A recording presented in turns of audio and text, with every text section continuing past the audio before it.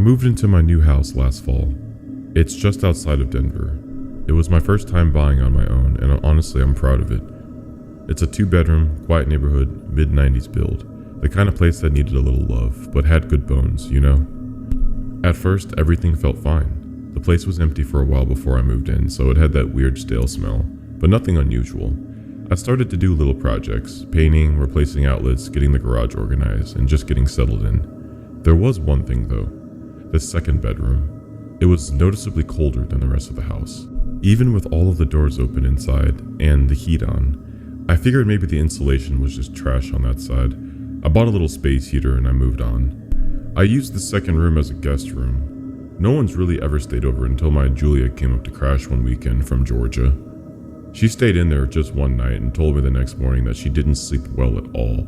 She said she just kept hearing movement in the closet, like a scratching or shifting. I thought maybe it was just a mouse or something. I do live near open land, so it's not unheard of. But when I checked it out, the closet was pretty empty. No droppings, no holes, just old paint and a dusty floor. I laughed it off and I chalked it up to it being a rodent or something. So a couple nights later, I was watching Breaking Bad on the couch. Then I heard something upstairs. Just a soft bump, like someone dropped a shoe or something. I paused the show and I listened. Nothing. So I decided to go upstairs. I cut the light on and walked upstairs, and I noticed that the guest room door was wide open. I always keep it closed, but maybe I forgot, right? Inside, it was colder than ever. It was like stepping into a walk-in freezer. I stood there for a second, not really sure what I was feeling. I noticed something new. The closet door was cracked open, just slightly. Now, I don't know how to explain this, but something about it just felt wrong. Like I wasn't supposed to be in there, in my own house, like the room was watching me. I shut the door and I went back downstairs. That night, myself barely slept. The next morning, I noticed the space heater had shut off, not just unplugged. It was on the other side of the room. Like someone literally picked up the space heater and placed it neatly by the window. I didn't notice this at all until today. So I immediately called Julia, the only person who stayed in that room, and she and I had a conversation. She had told me, yeah, that room has definitely got something in it. I felt it. I tried saging the place, and my aunt, she told me to put salt in the corners and a glass of water under the bed to absorb any energy. I even played that weird YouTube delta wave frequency video people use to clear out houses. But the room still remains cold. And here's the part that actually got to me. Last week, I was taking a picture of some plants that I hung up in the hallway.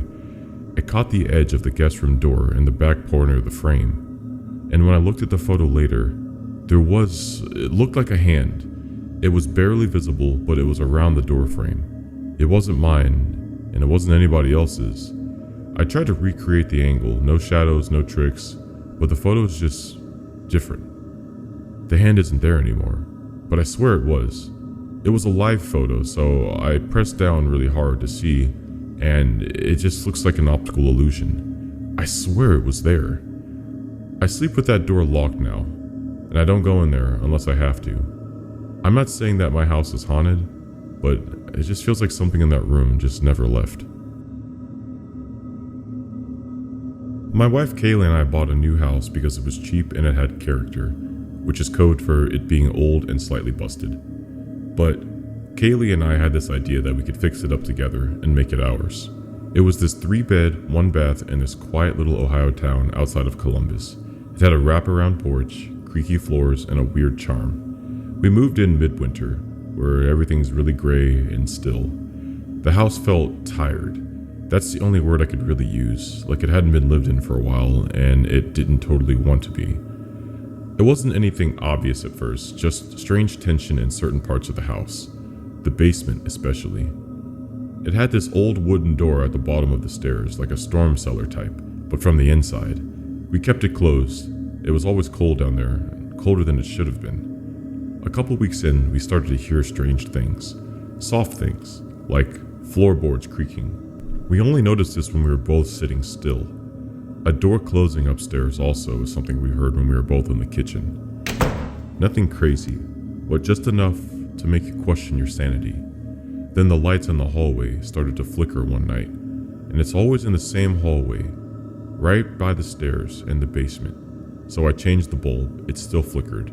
I had the wiring checked and it was totally fine. One night, I was up late patching drywall in the guest room. Kaylee was asleep, and I just kept hearing these soft knocks, like someone tapping a dime or quarter against wood. Very rhythmic, not frantic, very steady. I guess you could say that we were in denial about any issues with this house.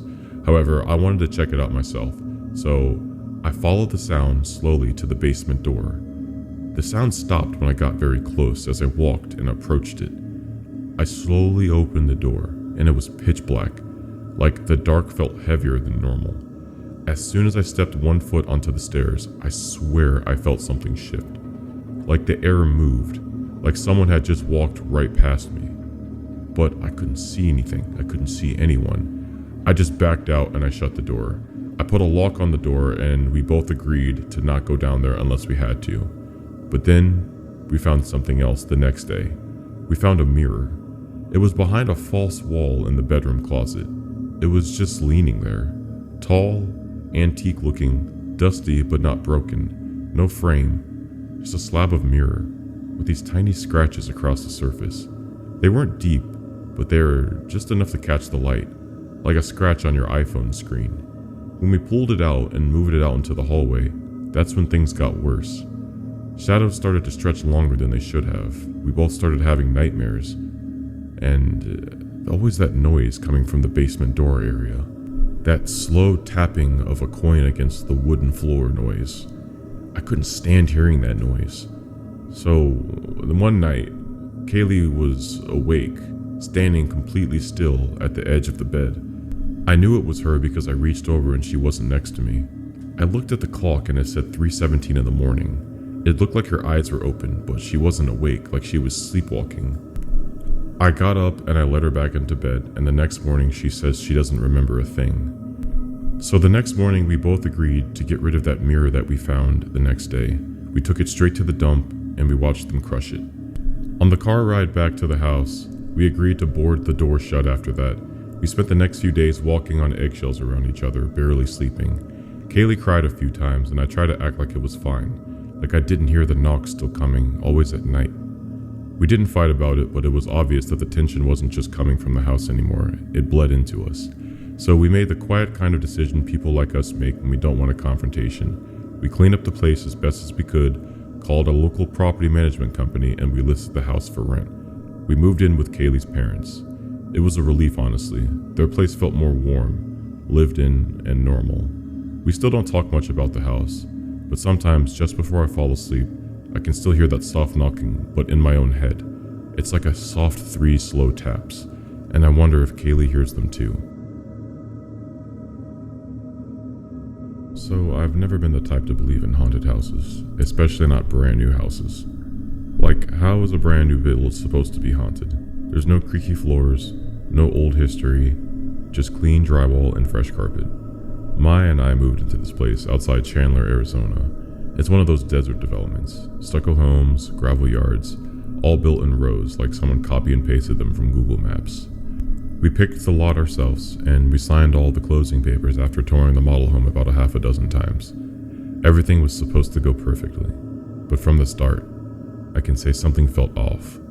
Not in your face weird, just like a quiet, subtle background kind of wrong. The kind of thing you notice out of the corner of your mind, then you forget, but then you notice again. It started within the walls within the first month of living there.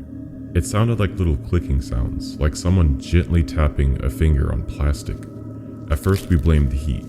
We figured it was the house settling, or some sort of desert critter crawling in the siding.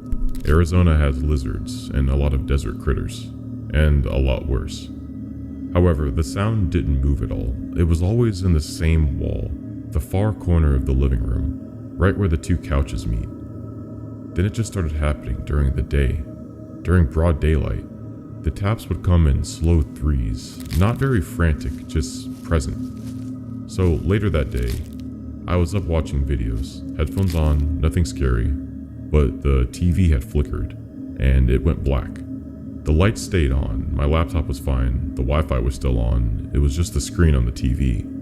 And then, shortly after, from that same corner wall, I swear I heard someone breathe. It wasn't the house, it wasn't the vent, it wasn't the AC, not the wind. It was just a long, slow exhale, like someone was standing right there, inches behind the drywall. I thought I was losing it, and later that week, Maya was alone. She knocked on the wall just to see. 3 slow taps.